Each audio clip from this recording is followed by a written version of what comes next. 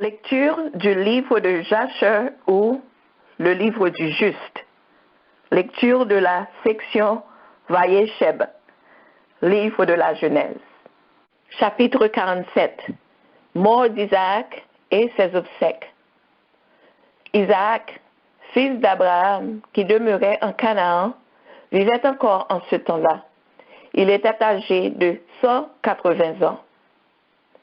Or, Ésaü, ayant appris que son père approchait du jour de sa mort, se rendit auprès de lui avec tous ses enfants, partant du pays d'Édom, où ils étaient établis au milieu des enfants de Séhir.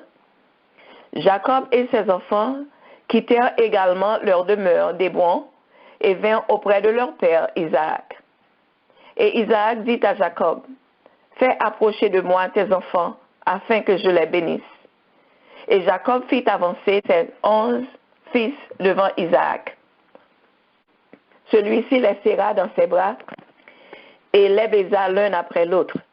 Et Isaac les bénit en ce jour-là, disant, « Que le Dieu de vos pères vous bénisse et multiplie votre postérité jusqu'à la quantité des étoiles du ciel. » Il bénit aussi les enfants d'Ésaü, disant, « Que Dieu mette votre crainte sur tous ceux qui vous voient, et votre terreur sur tous vos ennemis. » Et Isaac réunit autour de lui Jacob et ses fils. Et il dit à Jacob, « Jéhovah, Dieu de toute la terre, m'a adressé la parole et m'a dit, « Je donnerai ce pays en possession à ta postérité. Si tes enfants gardent mes statuts et les voies que j'ai prescrites, je m'en tiendrai envers eux au serment que j'ai fait à ton père Abraham. Maintenant, mon fils, apprends à tes enfants la crainte de Dieu et à la conduite qu'il plaît à ses yeux. » Après avoir fait ces recommandations, Isaac expira et fut réuni à son peuple, âgé de 180 ans. Aussitôt, Jacob et Ésaü se jetèrent sur son visage et pleurèrent. Et ses fils, Jacob et Ésaü, le portèrent à la caverne double, leurs enfants marchant nu-pieds tout autour du cercueil et ne cessaient de pleurer et de se lamenter. Tous les rois du pays de Canaan accompagnaient le convoi et rendaient toutes sortes d'honneurs à la dépouille d'Isaac. Et Jacob et Ésaü enterrèrent leur père à Kiriath-Arbé, qui est Hébron, avec les honneurs qui se rendaient au roi.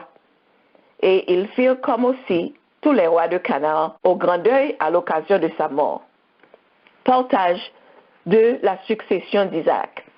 Après la mort d'Isaac, Ésaü dit à Jacob, « Apporte tout ce que notre père a laissé, fais-en 2 parts, et c'est moi qui choisirai l'une des 2. » Jacob répondit, « J'y consens volontiers. » Quand il eut fait les 2 parts, il dit à Ésaü, « Voici, tu peux choisir celle que tu préfères. Mais écoute ce que je vais te dire. Jéhovah, Dieu du ciel et de la terre, a fait une promesse à nos pères Abraham et Isaac. En ces termes, je donnerai à ta postérité ce pays en possession éternelle. Maintenant, voici devant toi, d'un côté, la totalité des biens laissés par notre père, et de l'autre côté, la promesse de la possession de toute la terre de Canaan.